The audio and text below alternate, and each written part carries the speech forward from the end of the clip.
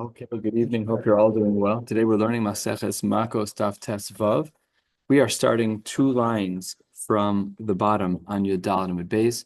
My apologies about last night. I was in a meeting that I unfortunately couldn't interrupt. And when I realized I wasn't going to make it, I let you all know. But my apologies for not being here. And we're very familiar in the learning world with the principle called a lav hanitak le'aseh. A lav hanitak le'aseh is where the Torah forbids you from doing something, but then right afterwards it provides you with a corrective measure of sorts to offset the isser that you did. It doesn't mean that you didn't do an isser. It means that while you have done an isser, at the end of the day, there is still a corrective measure. So you should not steal. But if you steal, then beheshives like zela asher gazel. That's a classic lav hanita klase.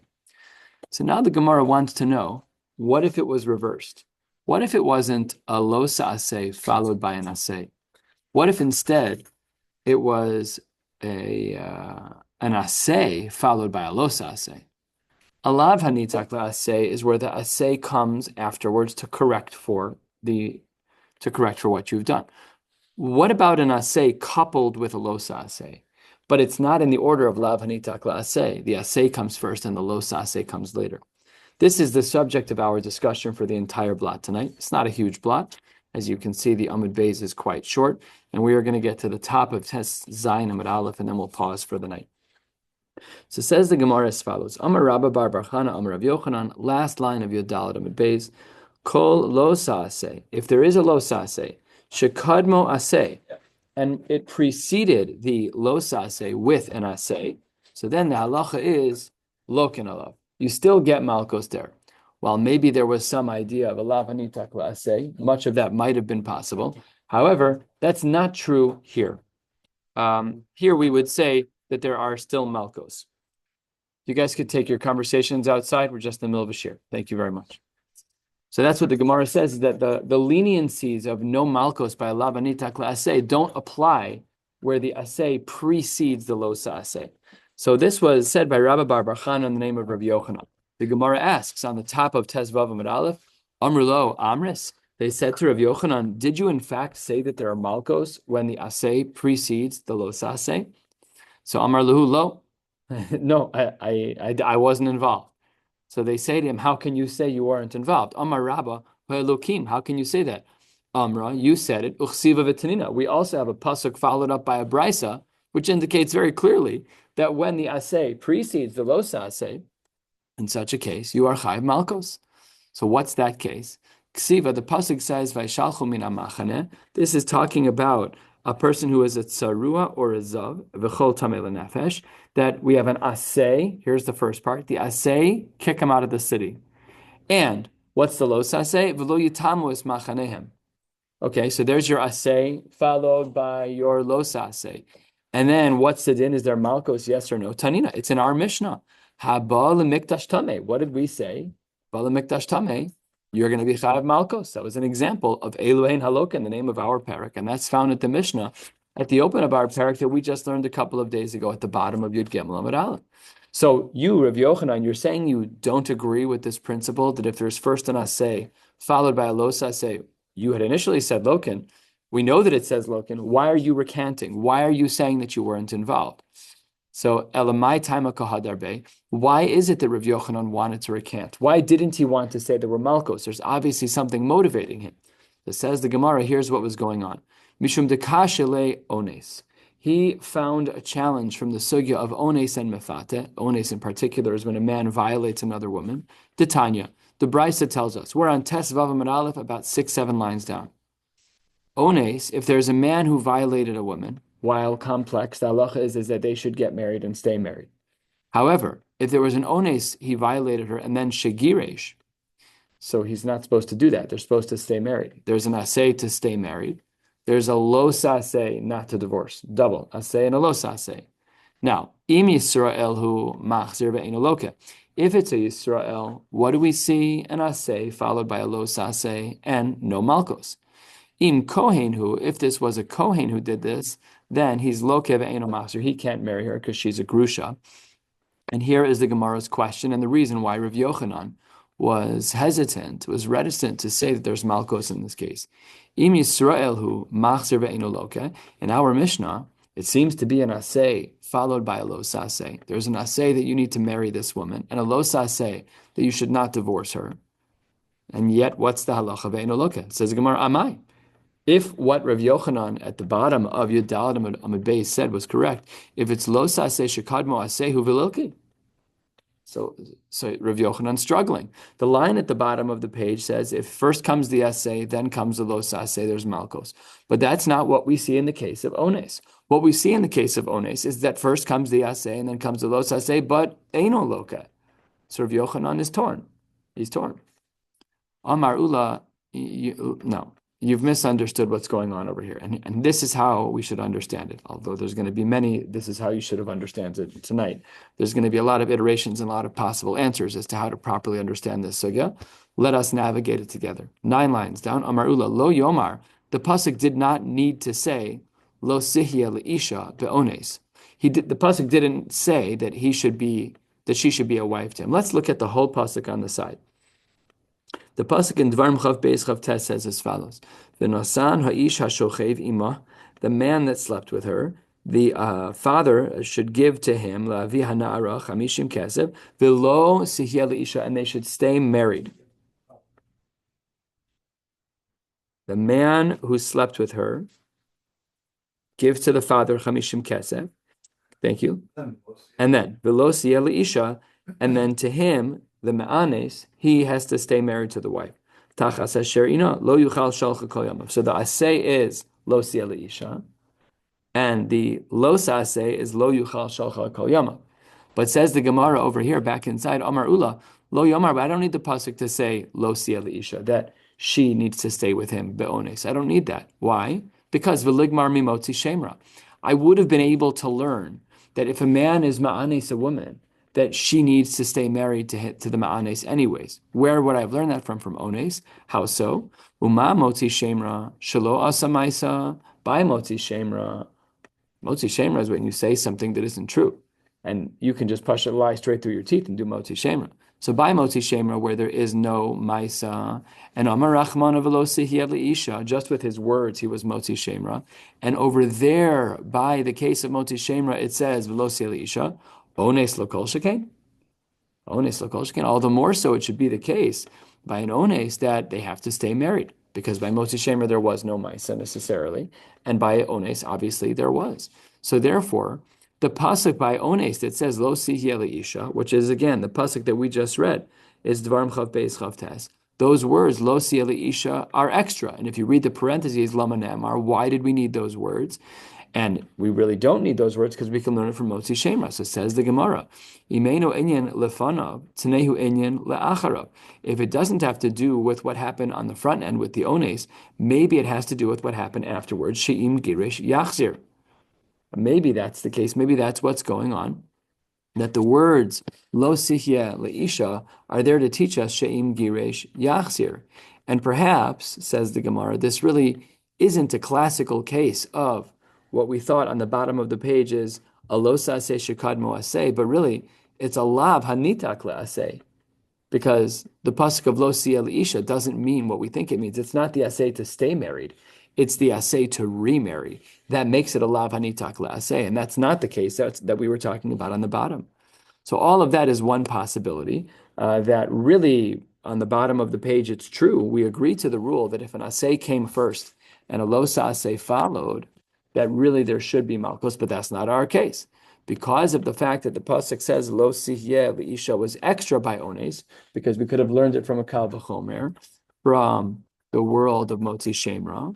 So therefore, this case is not lo sa'aseh shekadmo aseh, but rather it's a lav hanitak le'aseh. And therefore, in a lav hanitak le'aseh, there are no Malkos. We're 1/3 of the way down on Tesvav Aleph. First words on the line. Says the Gemara, ve'akati, we have a problem. Ve'akati ones mimotzi shemra lo gamar. You tried to make a kal v'chomer from the world of motzi shemra and say that just like by motzi shemra they have to stay married if he said something not nice about her, not true about her, so too by ones. But there's a big difference between them. De'ika lemifrach mala motzi shemra shekain loke u'mashalem. By Motzi Shemra, the halachos in Chumash and in Gemara is that by Motzi Shemra, there's a double punishment of loke u'mishalem. But when we have a regular lav, it's not loke u'mishalem, it's just loke. So therefore, the Gemara takes our answer number one and creates answer number two. Ella, lo yomar, we didn't need the Torah to say lo sihya leisha b'motzi shemra. The other lo sihya leisha. This can be confusing because the pasuk in both sugyas speaks about the language of lo sihya leisha. We have it in a case of ones and in a case of motzi shemra. So the Gemara tries to flip the script and says, okay, maybe you can't learn ones from motzi shemra, but maybe we can learn motzi shemra from ones, because when it said lo siyah leisha b'motzi shemra, you're right. Maybe we didn't need that. Why? Because v'ligmar mi ones. Maybe I could have learned the fact that they need to stay married from the pasuk that's by us, by our case of ones. Uma ones she'eno loke u'mishalem. Just like by ones, where a man violates a woman, and he's not loke u'mishalem, he doesn't get malkos in that case. There, amar rachmana v'lo siyah leisha. Then motzi shemra, which is loke u'mishalem, lo kol shekain. Oh, so now we have another track. It's the same overall gestalt, which is that we're not dealing with the case of a lo sa'aseh shekadmo aseh, but rather a case of a lav hanitak la'aseh. But it's just one is learned, one we thought ones could be learned from motzi shemra. Now we're flipping it that maybe motzi shemra can be learned from ones. And if that's true that we could make that kal v'chomer, where we could learn from the world of motzi shemra, from the world of ones to the world of motzi shemra, then why then do we have the extra language? That perhaps we would be able to learn from the world of Motzi Shemra, because we just pointed out that Motzi Shemra has a kal v'chomer that they need to stay married from ones. If so, the words by Motzi Shemra of lo sihyeh leisha are extra, therefore tneu inyan leones. Then let's apply it to the world of ones, which teaches us that they need to be married, or we'll actually see in a minute that it means that he has to remarry. And Imenu Inyan Lefanav, if it doesn't apply to the beginning part where he's Ma'anes her, then Tnehu Inyan La'acharav. So the Gemara says that that's version number two. In both cases, in version number one, where we learned ones from Motzi Shemra, and in version number two, where we learned Motzi Shemra from ones. In both cases, those kal v'chomers meant that we could learn that they have to remarry, but it is not an aseh before a los aseh. It's just a regular lav hanitak aseh, and that is why it is not a stira to our initial halacha that we started with today. But on this second approach as well, we have a problem, which is umotzi shemra me ones nami lo gomar. Motzi shemra and ones have one massive difference between them. I don't think you could have a bigger difference, actually. Maybe you could, but not by much. What's that? De'ikal nefrach ma'ala ones shekain asa maisa. You're trying to compare someone who said something negative about someone to a man who violated a woman. Those are drastic, severe differences. How can you make a kal v'chomer from the world of Motzi Shemra to the world of ones, when in Motzi Shemra, he spoke something that wasn't true, and in ones, he violated a woman against her will? That's just not comparable. Shekain asa maisa. So then the Gemara turns to its third iteration to try and explain why Rav Yochanan was reticent to agree that a lo sa'aseh shekadmo aseh is lo kanala. We're 2/3 of the way down. Ella, when it says that extra pasuk, says the Gemara, lo yomar, it should not say lo sihya leisha b'motzi shemra. Why not? This is brilliant. Because what's the case of motzi shemra? The case of motzi shemra is a husband and wife. They were already married. So why do I need a pasuk to say v'lo siyah leisha? Shaharei ishtohi. And because they were already married in the case of motzi shemra, I don't have to worry about a kal v'chomer. You're right. The kal v'chomers are messy. I can't learn one from another because of X, and I can't learn the other from the one because of Y. You're right. The kal v'chomers are complicated. I don't need a kal v'chomer, says the Gemara. When the pasuk says v'lo siyah b'isha b'motzi shemra, they were married. Ishtohi. Therefore, lama nemar. Why, by the case of motzi shemra, did it say the words lo siyah leisha? To this, the Gemara says, "Imeno inyan the motzi shemra." If those words are in fact extra, not because of a kal v'chomer, but because of the context. Because in that context of Motzi Shemra, they were married, then Tnehu Inyan Leones. Then we should give over those words to the world of Ones. If we're not talking about the front end of the crime, which is where he violated her, then Tnehu Inyan La'achara. And then we should then say that it means that after the crime, if he divorced her, he should then get remarried. And again, lav hanita klase, but without all of the complications of the kal v'chomer. Because in this third version, we're not saying learn ones from motzi shemra or learn motzi shemra from ones, and therefore the pasuk is extra. The pasuk is extra because they were already married. It's not a kal v'chomer. So that's a very good, very solid answer. The Gemara then says, wait 1 second, ve'ema, but why would you take it from the world of motzi shemra, that extra pasuk, and give it over to the world of ones to learn from there? Why would you do that? V'im eno inyan lefanav, de motzi shemra, tznehu inyan le'acharav, al-acharav didei, de lo lucky. Then perhaps we should say that by motzi shemra, that there is an asay, a lav hanitak la'asay, that should prevent him from getting malkos. You have an extra pasuk of lo siel isha by motzi shemra. So the Gemara said, hey, let's use this by ones. Why using it by ones? Keep it over here by motzi shemra. And if a man is motzi shemra and then he divorced his wife, the extra pasuk of lo siel isha means he has a mitzvah to remarry her, which is naseh, lav hanitak la'aseh, and then he shouldn't get malkos. Great answer, or great question, I should say. Says the Gemara, inachanami. You're 100% right. So what do we do about that? Va'asi ones, v'gamar mine. We really do learn ones. We do learn from ones. V'asi ones v'gamar mine. B'mai gamar mine. How do we learn from the world of ones? Ibe kal v'chomer, ibe mematzinu. Well, we had the ways that we said above, the ones that we questioned. The Gemara says, don't worry, one of those will work. The Gemara says, what are you talking about? Ikal mifrach kidabar chinan. We had these questions earlier. Malamotzi shemra shkein lo asamaiza. So we're running circles here. We're trying to figure out why was Rabbi Yochanan bothered from the world of ones about this din that we learned at the bottom of Yudalad Amud Beis. On the bottom of Yudalad Amud Beis, we said that every lo sa'aseh shekadmo aseh lo kan alav. And he said from the world of ones, that doesn't make sense. We have yet to find out why that doesn't make sense. So to this, the Gemara gives a final answer. Ela Amar Rava, we're at the second of the wide lines, 6 lines before the bottom of the page, Tes Vav Amud Aleph. Ela Amar Rava, Kol Yamav be'amod behachzer. V'chein ki asa Ravin Amar Rav Yochanan, Kol Yamav be'amod behachzer. What is this talking about? This is talking about the pasuk that we spoke about. Let's read it.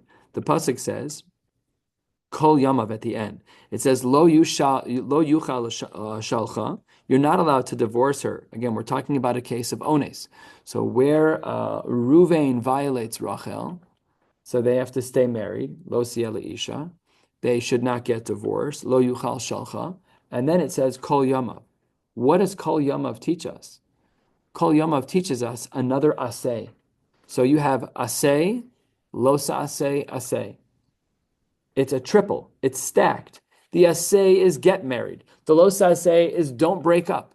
And the last asay of Kol Yamav is always have an opportunity to get married.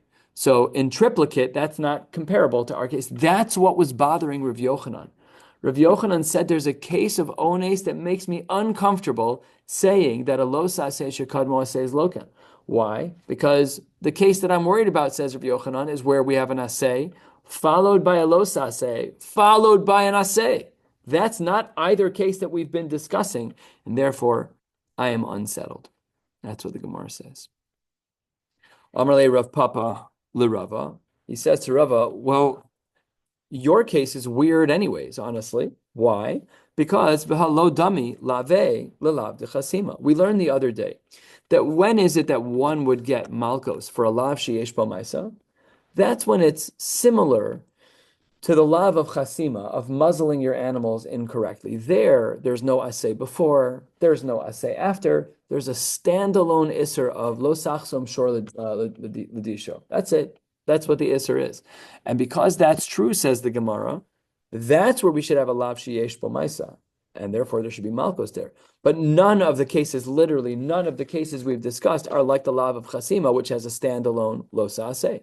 The first case we discussed was an asay coupled with a lo sa'aseh. And the Rava's version just before was the triplicate asay followed by lo sa'aseh, followed by asay. So Amar Lei, Mishum de Kasa Be Rachmana Asay Yisera Migragora? Says the Gemara, just because the Torah added an asay beforehand, you're going to reduce the punishment? Yeah, absolutely. That's what a lav hanitak la'aseh is, right?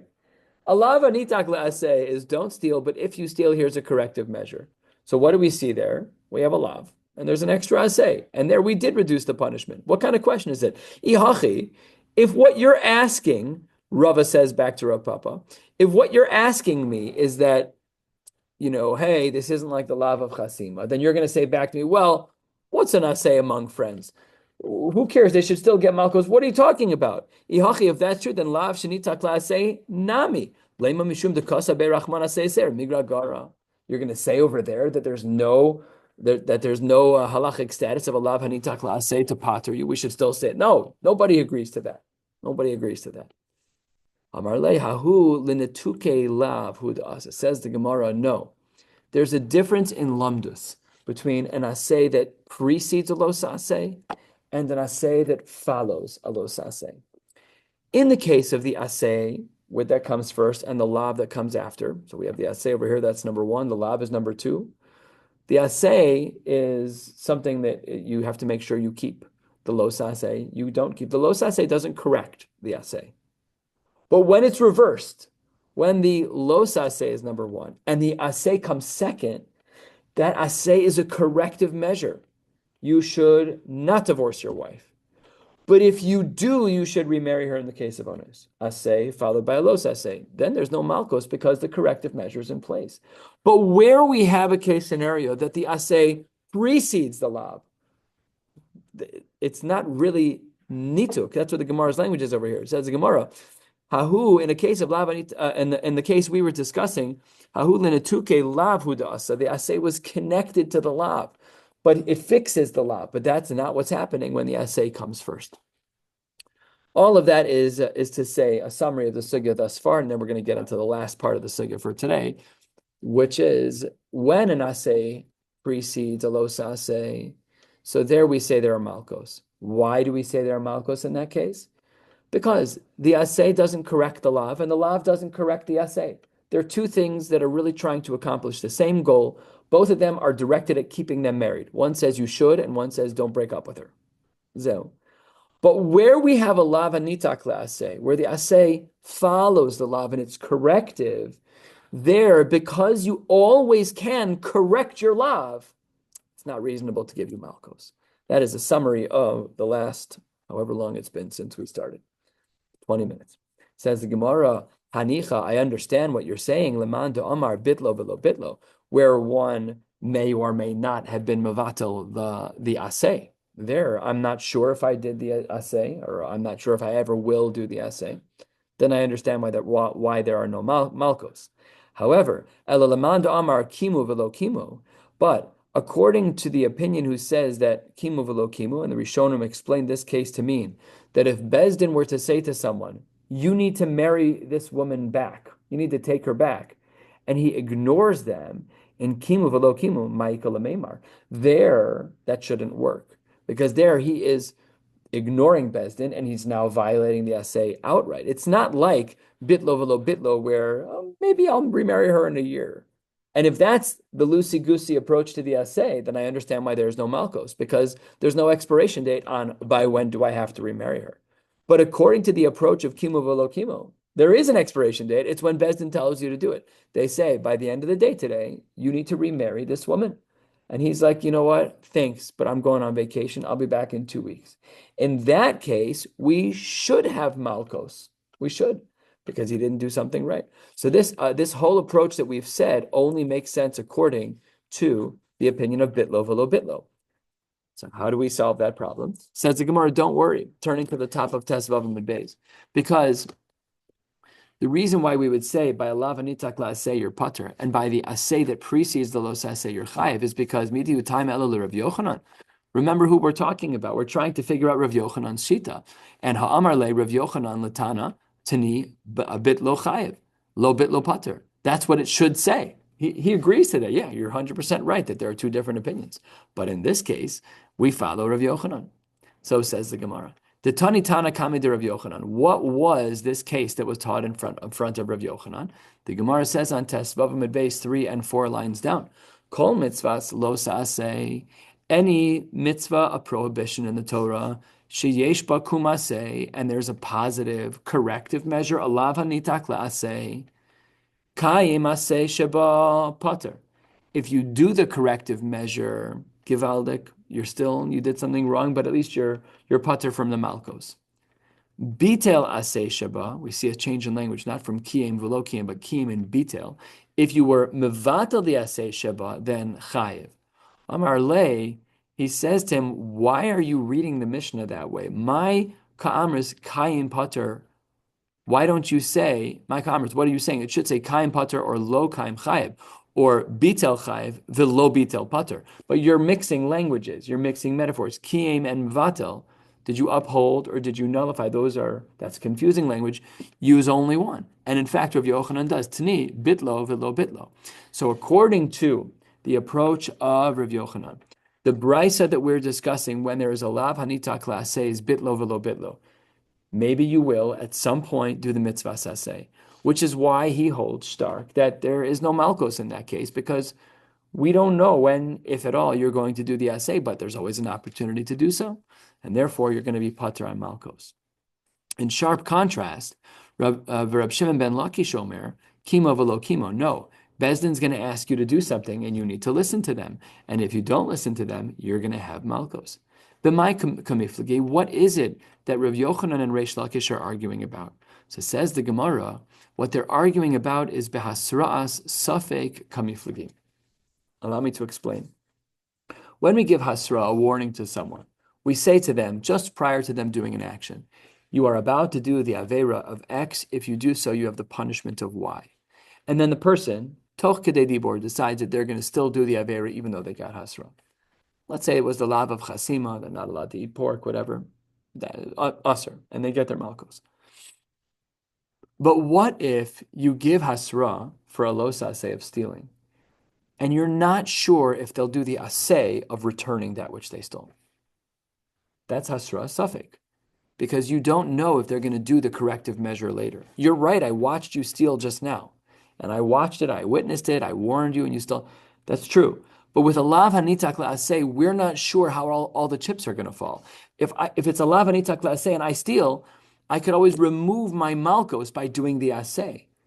So that's called a hasras safek. I'm giving you a warning, but I'm not sure, and you're not sure what the future holds. If you're doing a lav that's nitak la'aseh, maybe you'll correct yourself. So what is the argument over here? Mar savar, that when there's a lav hanitak la'aseh, hasras safek shma hasra, and therefore there's still malchus. Umar savar, no, hasra safek lo shma hasra, that when we don't know the outcome, when the perpetrator can always do that aseh at a later point, then the hasra that he received right before he stole was hasra safek. And if you hold that hasra safek is lo shma hasra, so then you can't give malchus because the hasra was a flop. Why was it a flop? Because the aseh is always open-ended. You can always do that. And in fact, the azdu l'ta'amayu, and we're going to close over these next few lines as we get to the top of Tezayin Amud Aleph. They actually are l'shitasam. Rav Yochanan and Reish Lakish have had this conversation before. What was the case? De itmar, we saw this already in Psachim. We'll see it a couple more times in Shas. Shavua she'ochel kikar zehayom. A person makes a promise, a shavua, that they're going to eat this loaf of bread over the course of daylight today. Let's say that's what they say. V'avar hayom v'lo achla. And the day went by and he never ate. He promised he would eat a loaf of bread, but he didn't. Rabbi Yochanan v'Reish Lakish to Amrei Tarvayu. Everyone agrees eino loka. But let's look at their reasons as to why they're not loka. Rav Yochanan, what does he say? Rav Yochanan Omer eino loka mishum dahavalav she'en bo ma'isa v'chol lav she'en bo ma'isa en loken alav. I made a promise to eat the bread. How did I violate my promise? By literally doing nothing. So I didn't do anything. I said words that weren't true. I did something usher on the shavua front, but I cannot get a consequence of malchus because those lav she'en bo ma'isa. Now look at what Reish Lakish says on the second line. Reish Lakish Omer, why are you eino loke? Mishum d'asra safek. V'chol asra safek lo shmo hasra. That shows us that according to Reish Lakish, no deal. Your hasra was a zero. And why didn't Rav Yochanan use that line a second ago? Because he must hold that asra safek is shma hasra.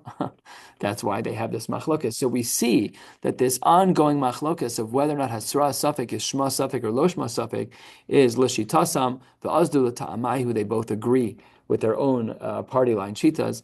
And Amir Hashem, tomorrow night we'll pick up with the sources that support these shitas. V'tarvayu alibad Rabbi Yehuda. This will pick up tomorrow night. Wishing you all a beautiful night.